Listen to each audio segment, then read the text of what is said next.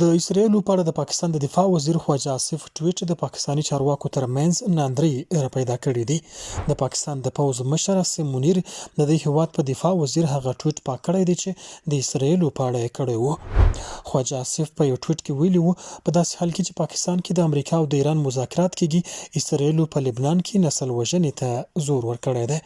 هغه په دې اړه خپل کړی ټویټ له څو شېبو وروسته بیرته پاک کړ.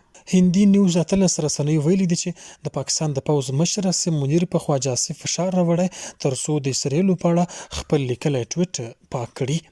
د خواجه آصف یاد ټویټ ته په غبرګون کې امریکا کې د اسراییلو سفیر یخیر لایتر ویلي پاکستان د ایران او د امریکا ترمنځ منځګړی نه بلکې خپله یوه ستونزه ده. په دې اړه د پاکستاني دفاع وزیر د ټویټ محتوا او بیرته یې د ټویټ پاکولو د پاکستاني شنونکو ترمنځ هم غبرګونونه راپارولي دي. د عبدالله خان په نوم یو شنونکي خواجه آصف د پاکستان د کابینې د غړي یا د دفاع وزارت لپاره وړ کس نه دی بللی او له لومړي وزیر څخه د خواجه آصف د برطرفه کېدو غوښتنه کړې. هغه زیاته کړې خواجه آصف مخکې هم د پاکستان د پوځ خلاف بدې خبرې کړي چې ګواکې دوی په تیر کې د امریکا د نیابتي ډلې په حیث کار کړی دی. عبدالله خان د طنز په ډول په یو بل ټویټ کې ویلي سهار له خوب څخه تر راپاڅېدو وروسته چې شهباز شریف او عاصم منیر د خواجه آصف ټویټ ولیده نو سرونو ته لاسونه ونیوله.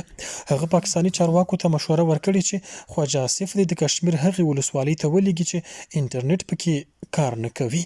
پاکستاني رژیم چې عملاً په غزه کې د حماس د بې وسلې کولو په ټلواله کې د امریکایي طرحې د پلي کوونکي ګروپ غړی دی، ظاهراً یې مشران ځانونه د فلسطین او د غزه والو خواخوږی ښیي.